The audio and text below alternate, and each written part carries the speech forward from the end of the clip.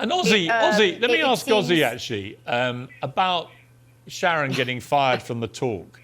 Because I felt so angry about that Sharon would be forced out of a job that she was brilliant. Because she was the star of that show. What did you make of it?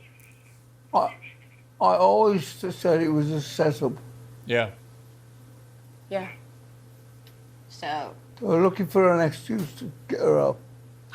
Well, yeah, and it was the time when, like, what better excuse to kick someone off a show than, you know, start making wild allegations of, like, racism, and it was like the fad of the moment to just, you know, burn someone down just to, you know, wave the woke flag, and it was ridiculous. Yeah, it was completely outrageous, actually. I mean, Ozzy, to hear people call Sharon a racist, knowing her as well as you do, how did you feel about that? When I first heard that she got, she's leaving the show, I said, well, Cheryl will stick up for her. She knows she's not a racist friend. And it was Cheryl that threw her under the bus. She did. Yeah. She never and said a word I think in that's defense. the thing that was...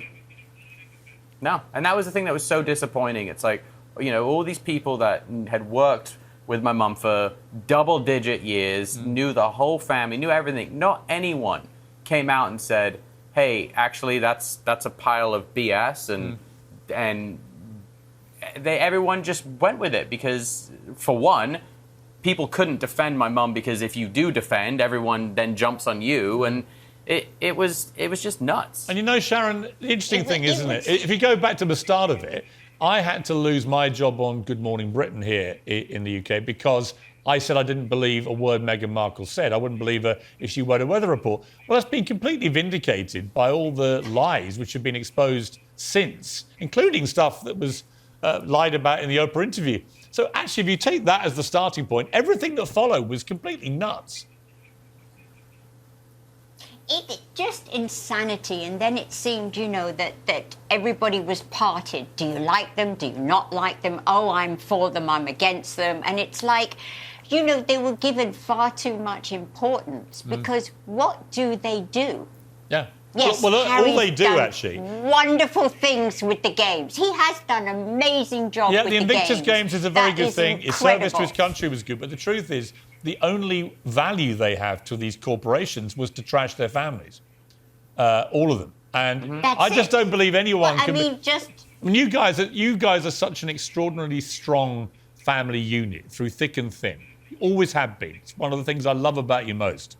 When you see people who basically disown their entire families on both sides and then pretend they're happy, I don't see how people can be happy when they do that. No.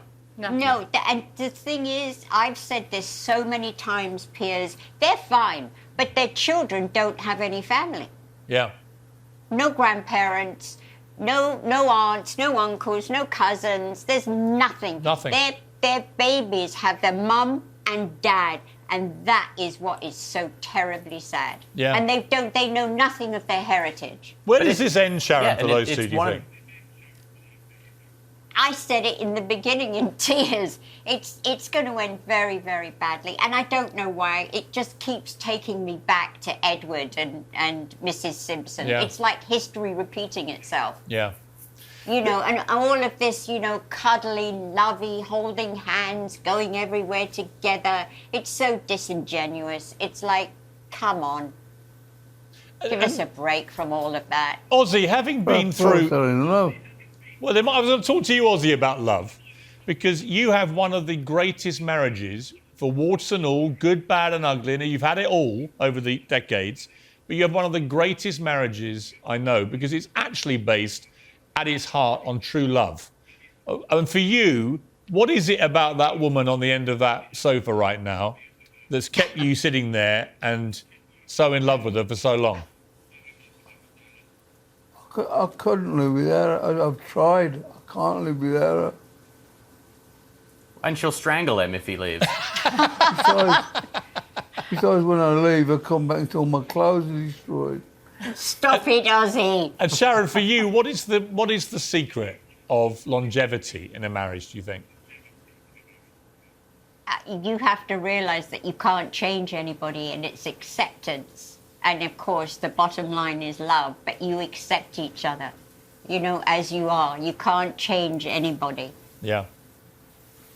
We're going to take a short break. They have to change themselves. Yeah, I think that's right. And you evolve as people, right? But I do think when I look at the four of you sitting there, and I remember, I think about all the scrapes you've been through collectively, individually, whatever. It's great to see you guys sitting there as this fantastic family unit. You know, and all of you having come through difficult times. Yeah, we're blessed. We really are. But on that note, I'm quitting the family and I'm moving to Montecito.